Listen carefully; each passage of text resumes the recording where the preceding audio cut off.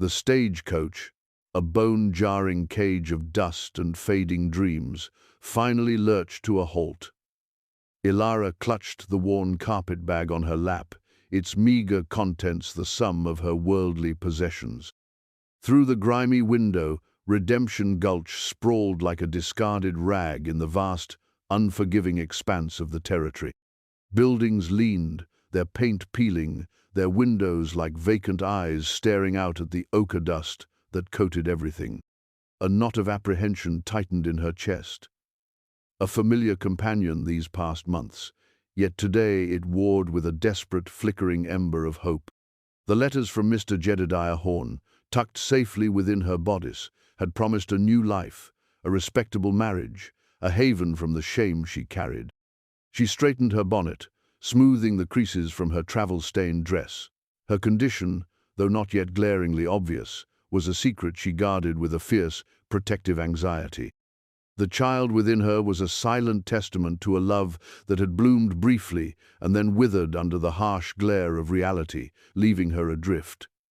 Mr. Horn, his letters stern but fair, was her last chance. The door creaked open, and a gruff voice called out names. When hers was announced, Ilara Vance for Jedediah Horn, she took a shallow breath and descended, her legs stiff and unsteady. The air was thin and bit at her lungs. Several faces turned towards her, curious, indifferent, a few openly assessing. She scanned the small crowd, searching for a man who matched the austere image she had formed from his carefully penned words.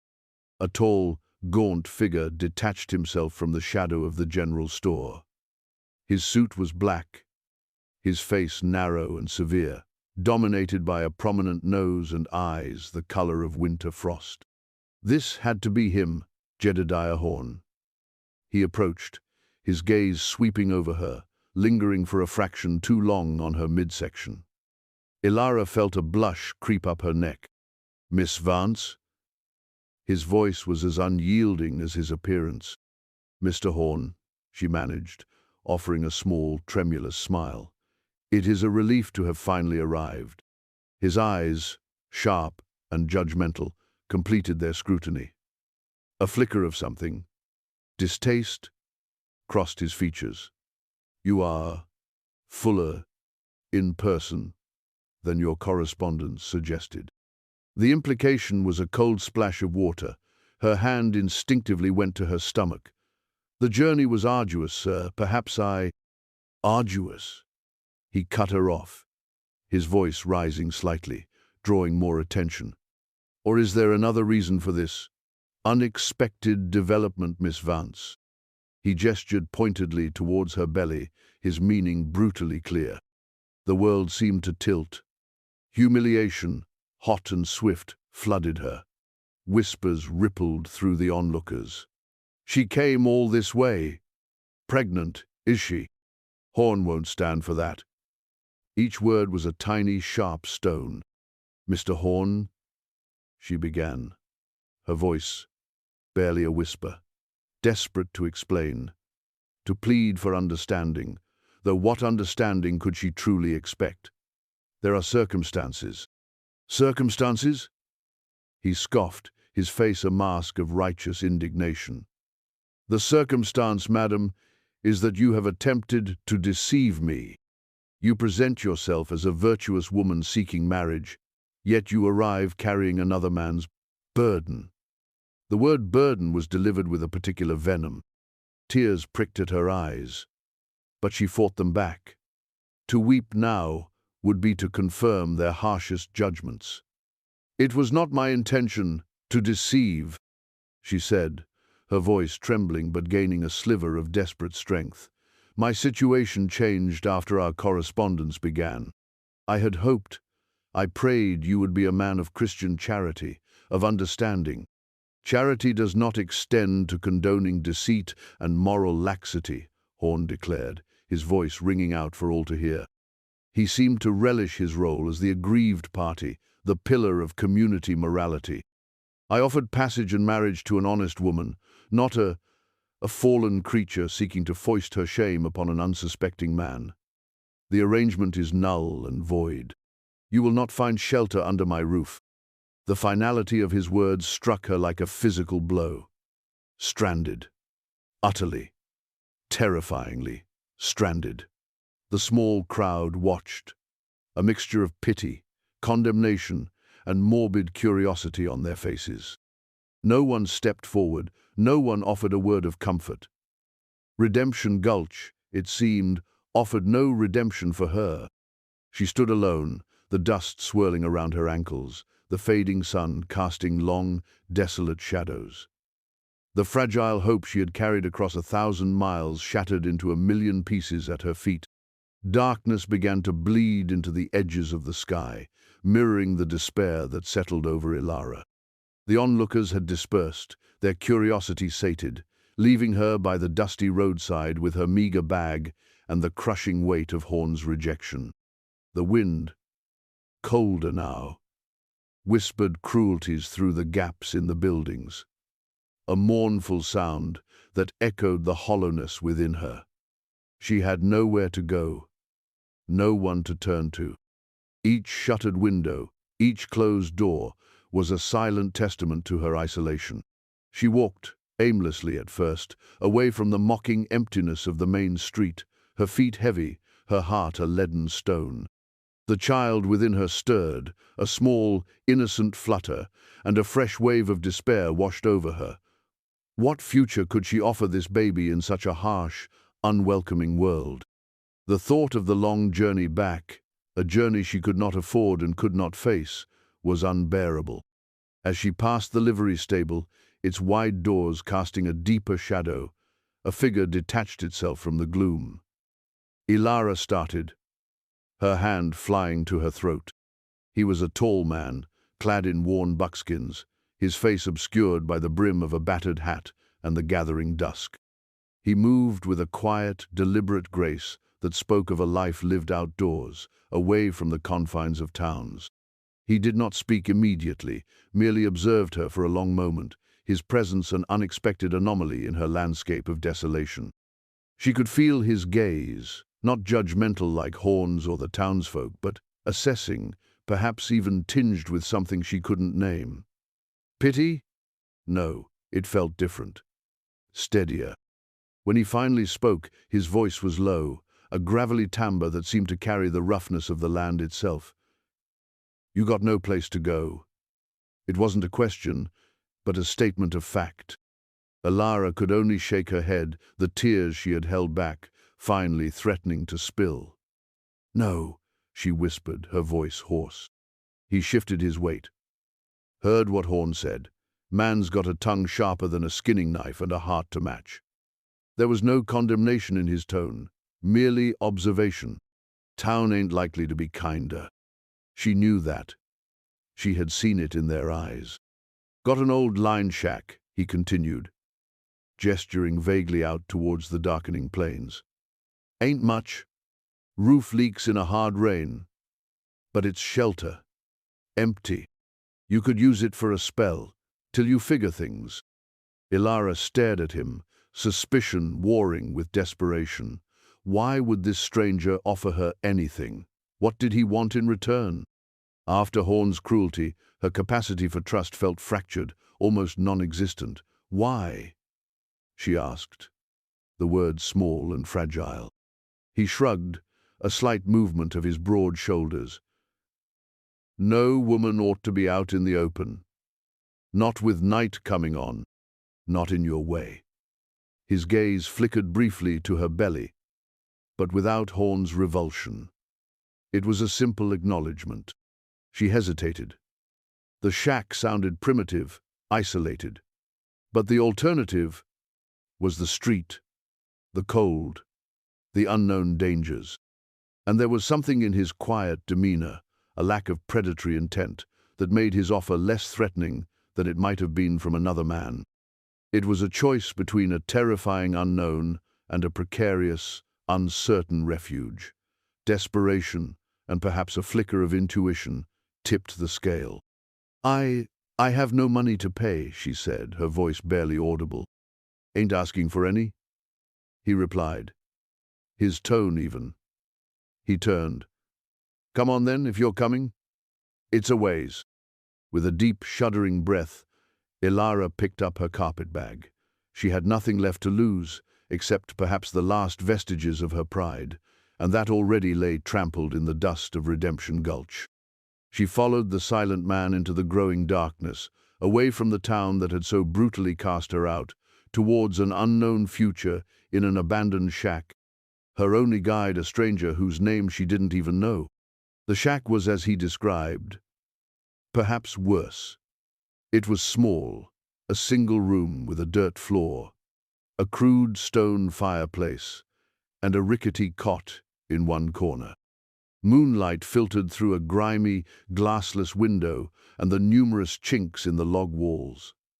The air inside was stale, smelling of disuse and damp earth.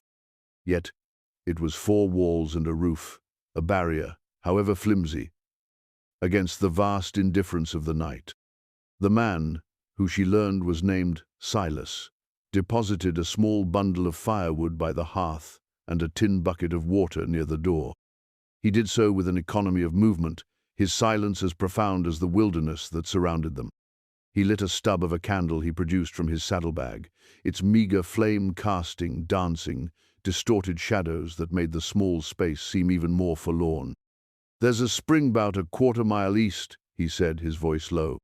"Blanket on the cot ain't much, but it's clean." He gestured to a threadbare, folded wool covering.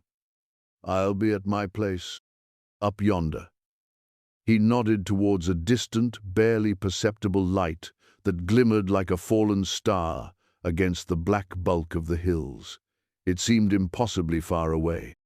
Ilara clutched her bag, overwhelmed by the desolation of her surroundings, yet paradoxically, a tiny sliver of relief pierced through her despair. She was not on the street. She was not entirely alone, though Silas's presence was more an absence of threat than a tangible comfort. "Thank you, Mr. Silas," she managed, her voice thick with unshed tears. He merely grunted in acknowledgement, his gaze unreadable in the flickering candlelight. He lingered for a moment by the door, as if ensuring she was settled, or perhaps considering something more. Then, with a curt nod, he was gone, melting back into the night as silently as he had appeared. The silence he left behind was immense, broken only by the chirping of crickets and the mournful sigh of the wind through the ill-fitting door. Ilara sank onto the edge of the cot, the springs groaning in protest. She was safe, for now, but the future stretched before her, a vast, terrifying unknown. The child within her moved again, a reminder of her responsibility, of the life that depended entirely on her. Exhaustion, bone-deep and soul-wearying, finally claimed her, and she slumped onto the cot, not even bothering to remove her bonnet, sleep a temporary reprieve from the harshness of her new reality. Days bled into weeks. A fragile routine began to emerge from the raw edges of Ilara's despair. Silas came by most mornings, usually before dawn, leaving a small offering, a snared rabbit, a few potatoes dug from his own meager garden, sometimes a piece of jerky. He rarely spoke more than a few words, his interactions brief, almost perfunctory. Yet, his continued provision was a lifeline. Ilara, in turn, tried to make the desolate shack more habitable. She swept the dirt floor with a makeshift broom of twigs, washed her few clothes in the cold spring water, and patched the worst of the gaps in the walls with mud and dried grass. When Silas left a piece of cloth, an old patched shirt, she mended it carefully, leaving it folded neatly where he would find it. It was a silent conversation, an exchange of necessity and tentative gratitude. She learned to read his movements, the set of his shoulders, the subtle inflections in his rare utterances. He was a man accustomed to solitude, carrying a weight of his own, a sorrow that seemed etched into the lines around his eyes. She never asked about his past, and he never pried into hers. The unspoken understanding was a delicate thing, easily shattered, and she guarded it fiercely. Her pregnancy advanced, the gentle swell of her belly becoming more pronounced. The morning sickness, which had plagued her early on, returned with a vengeance some days, leaving her weak and trembling. On one such morning, Silas arrived to find her retching outside the shack, her face pale and beaded with sweat. He said nothing, but a short while later, he returned with a handful of bitter herbs. "Chew on these," he instructed gruffly. "My mother used them." The herbs helped, and his uncharacteristic, almost gentle concern was a small crack of light in her otherwise dim existence. One evening, as a chill wind howled around the cabin, making the flames in the hearth dance wildly, the isolation and the weight of her unspoken story became too much to bear. Silas had brought a scrawny chicken, a rare treat, and they had shared it in their usual near silence. But the storm outside seemed to stir something restless within her. "He was a schoolteacher," she said suddenly, her voice startlingly loud in the small space. Silas looked up from cleaning his knife, his expression unreadable. "The baby's father. His name was Thomas." The words, once started, tumbled out, the fleeting joy, the whispered promises, his sudden departure for a better posting further west, a departure from which he never returned, his letters ceasing abruptly. Then came the discovery of her condition, the shame, the ostracism from her small village, and finally, the desperate gamble on Jedediah Horn's advertisement. Silas listened, his gaze fixed on the fire, his hands still. He offered no judgment, no platitudes, just a profound, unwavering silence that was more comforting than any words could have been. When she finally fell silent, emotionally drained, he merely nodded. "Some men ain't worth the salt it'd take to cure 'em," he said quietly. It was the closest he had ever come to offering an opinion on her situation. Later, much later, after she thought he had dismissed the conversation, he spoke again, his voice barely above a whisper, staring into the dying embers. "Lost my wife. And my boy. Fever, 5 years back." The words were stark, stripped of emotion, yet they carried an ocean of grief. Elara understood then the source of the sorrow in his eyes, the reason for his solitary existence. They were two wounded souls, adrift in a harsh world, finding a sliver of solace in a shared, unspoken understanding.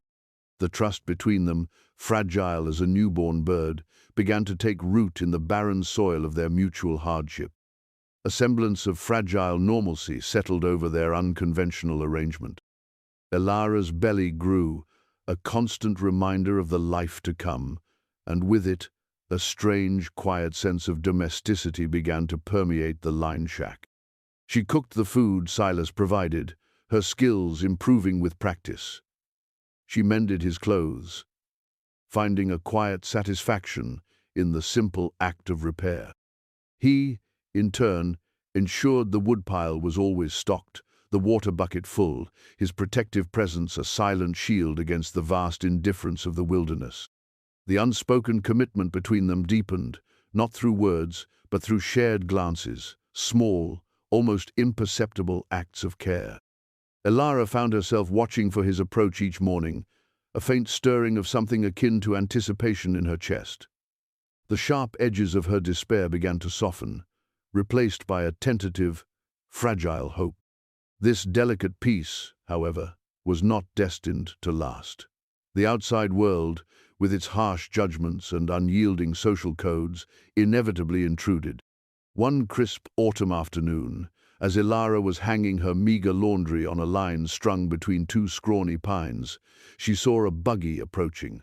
Her heart lurched. It was Jedediah Horn, and beside him sat a woman whose severe bonnet and pursed lips proclaimed her a self-appointed guardian of public morality. Horn reined in his horse a short distance from the shack, his eyes sweeping over Elara's now unmistakably pregnant form with open disdain.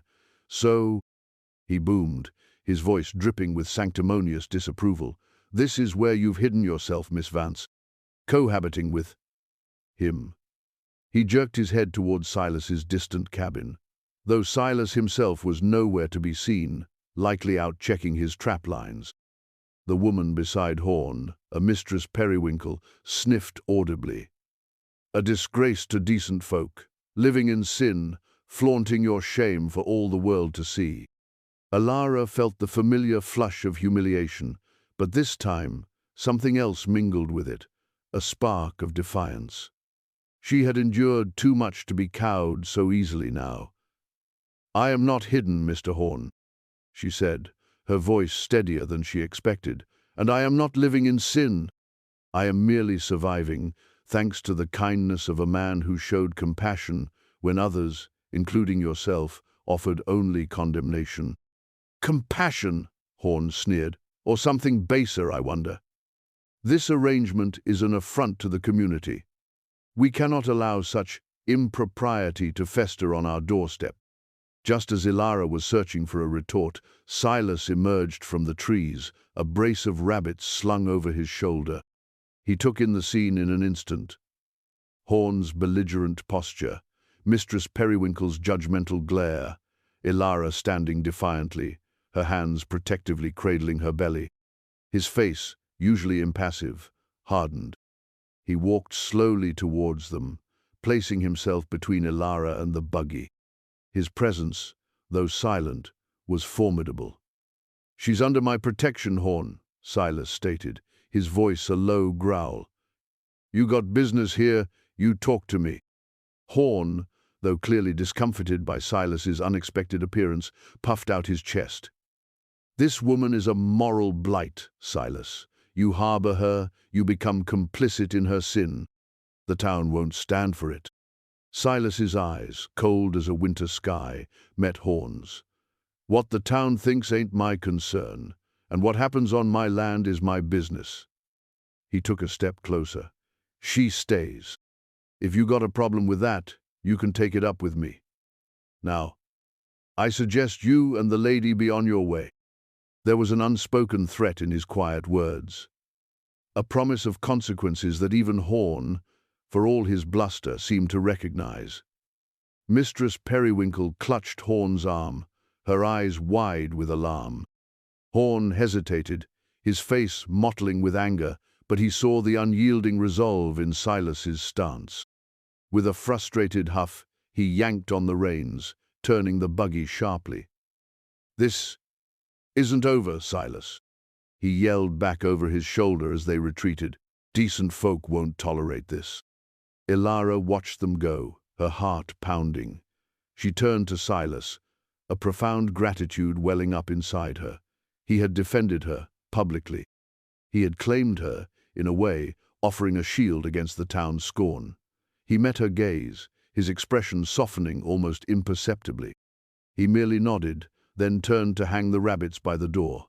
No words were needed.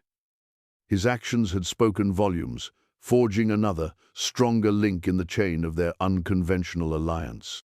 The fragile normalcy had been threatened, but in its defense, something more resilient had begun to form. The confrontation with Horn cast a long shadow. Elara felt the weight of the town's disapproval, even in her isolation, a constant, unspoken pressure.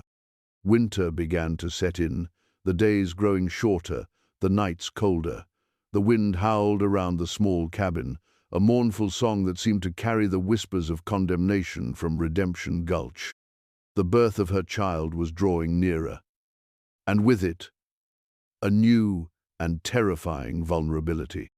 One evening, a fierce blizzard descended upon the plains. Snow fell thick and fast, driven by a relentless wind that shrieked like a banshee. Silas had been caught out checking his furthermost traps. Elara watched from the tiny window, her anxiety growing with each passing hour as the landscape dissolved into a swirling white chaos. The fire in the hearth provided meager warmth against the encroaching cold. Suddenly, a sharp, undeniable pain gripped her belly, stealing her breath. It came again, stronger this time. Panic, cold and sharp, pierced through her. The baby. It was too soon, and Silas was not here. She was alone, trapped by the storm, her body beginning the inexorable process of labor. She cried out, a sound swallowed by the wind.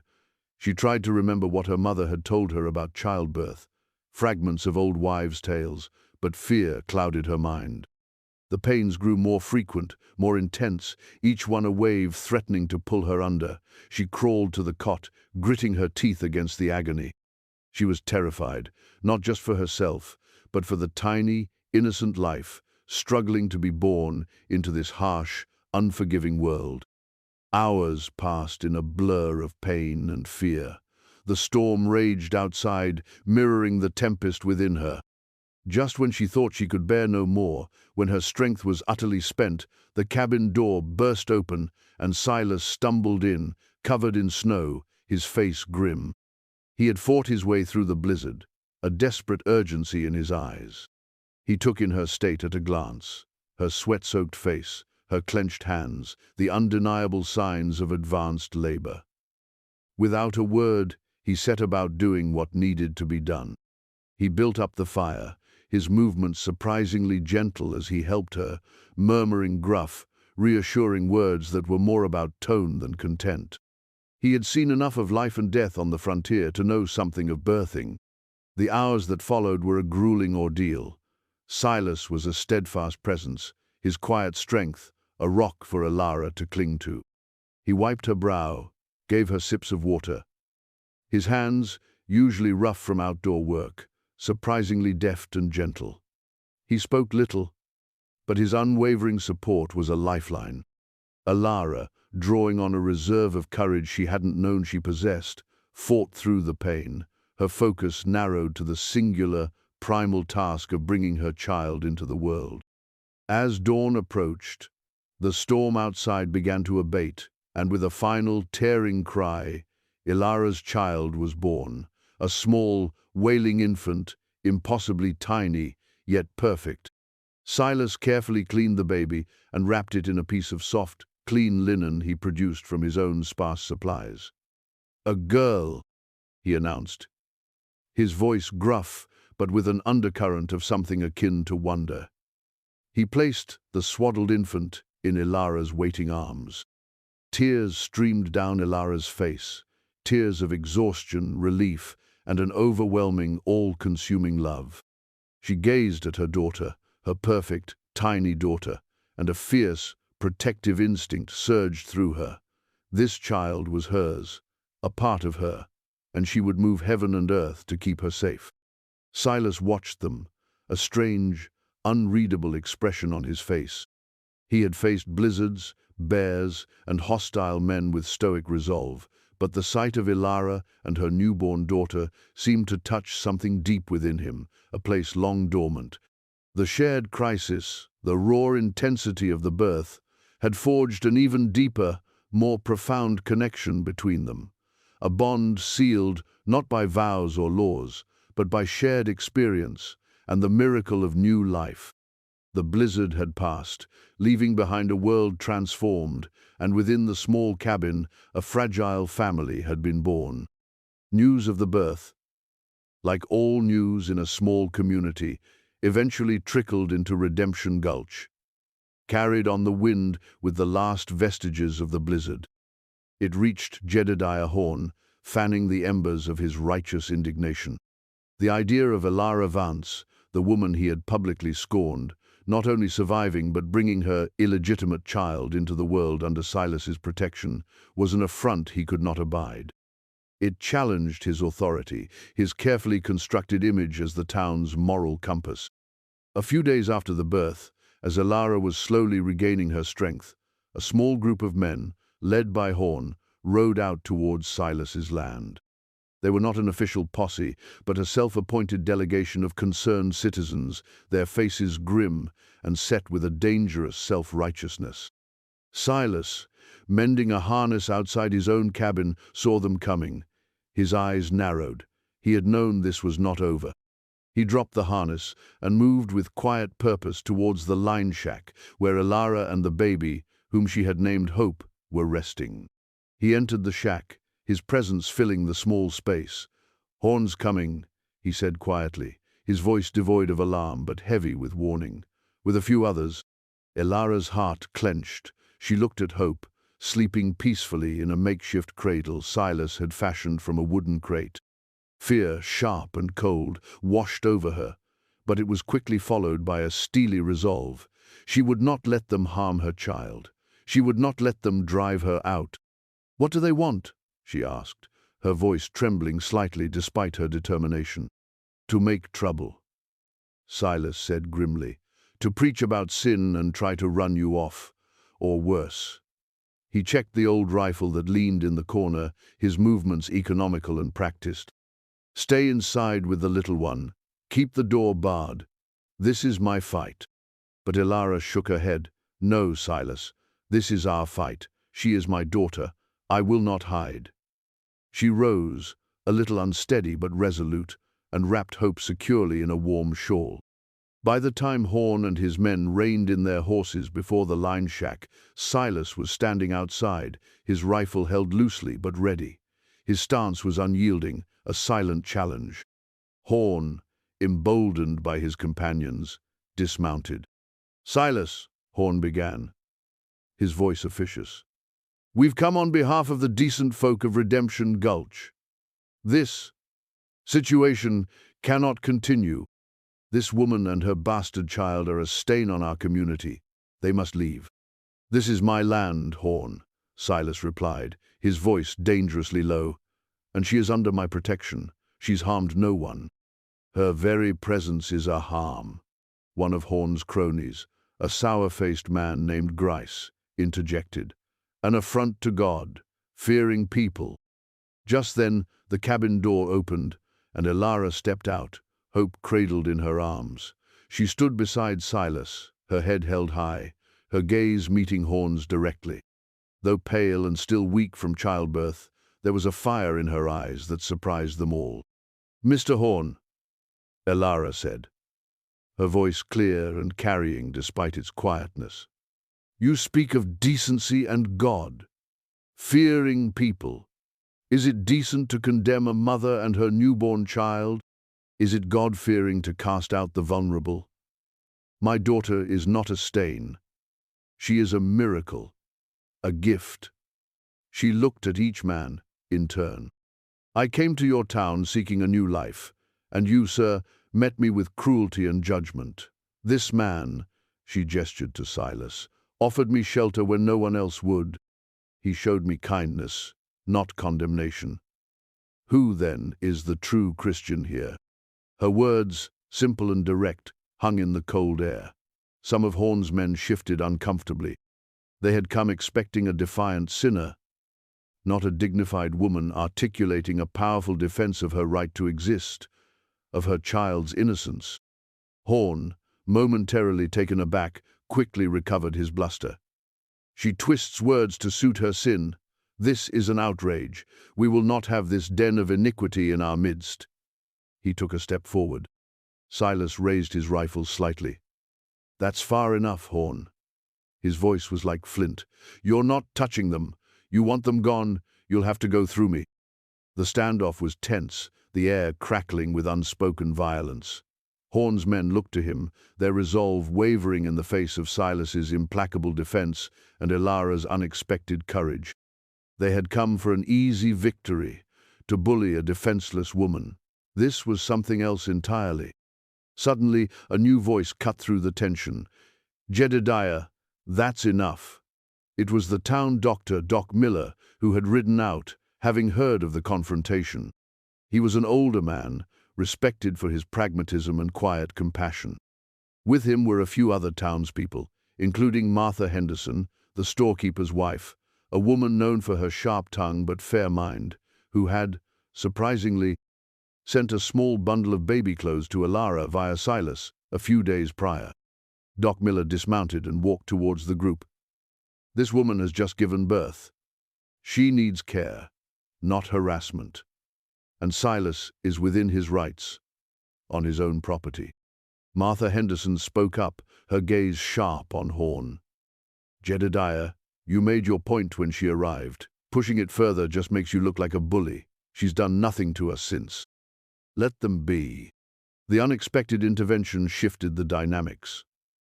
Horn looked from the doctor to Martha, then back at Silas and Ilara, his face contorted with fury and thwarted righteousness.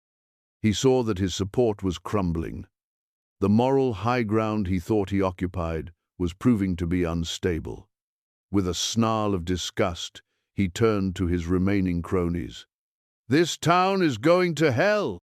He spat, then remounted his horse. "But don't come crying to me when your daughters follow her example."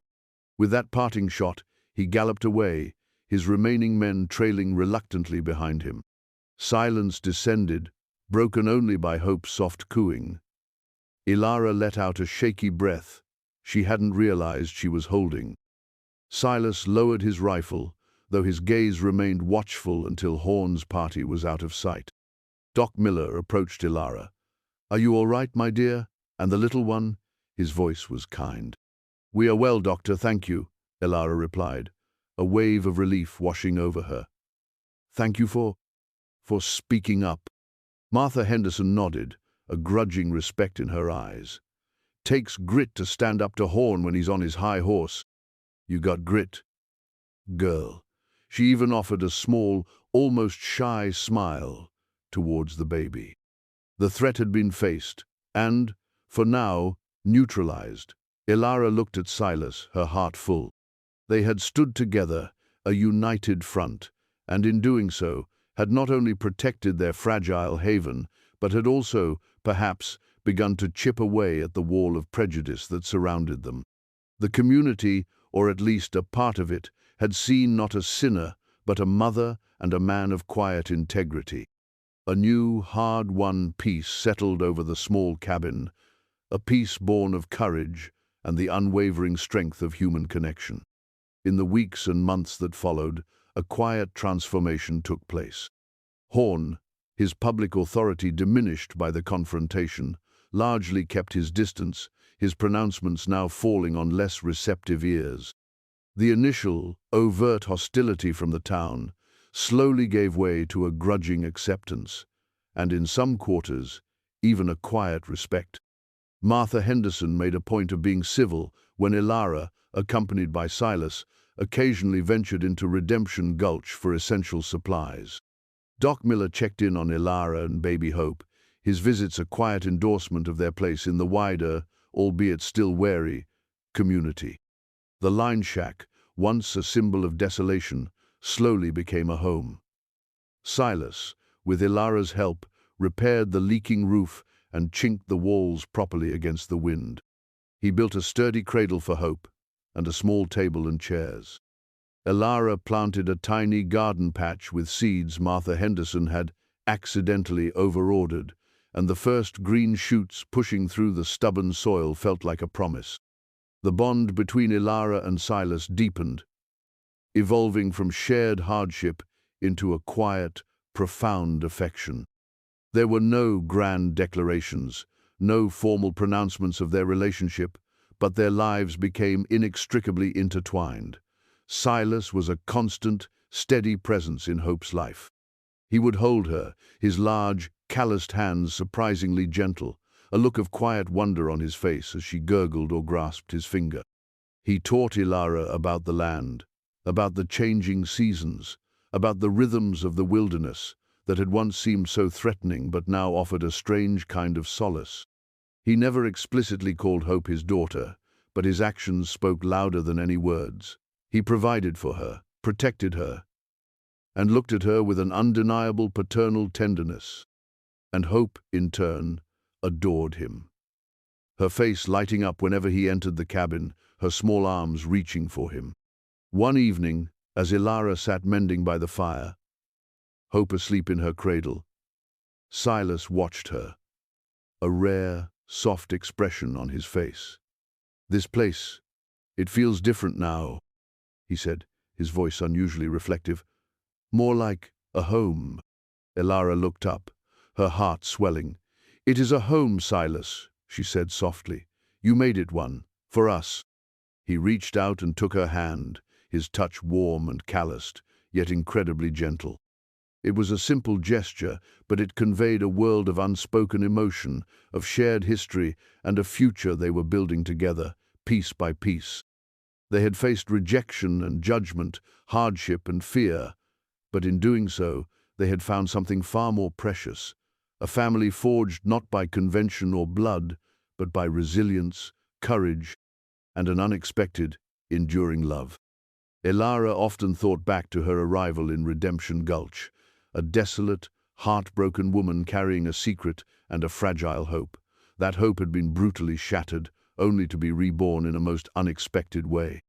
She had come seeking a husband and a respectable life, but she had found something truer, something deeper, in the quiet strength of an outsider and the unconditional love of her child.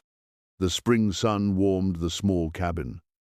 Hope, now a toddling child, chased butterflies in the meadow near the cabin, her laughter echoing in the clear air. Silas was teaching Elara how to identify edible plants, his hand occasionally brushing hers as he pointed out a particular leaf or flower. A sense of peace, hard-won and deeply cherished, enveloped them.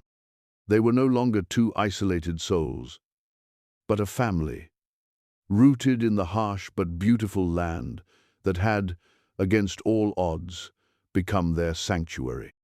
Redemption Gulch might still whisper its judgments, but here, in their small corner of the world, they had found their own kind of redemption, a belonging built on the enduring power of kindness, resilience, and the courage to choose one's own path, to create a home where love, in its most unconventional forms, could finally flourish.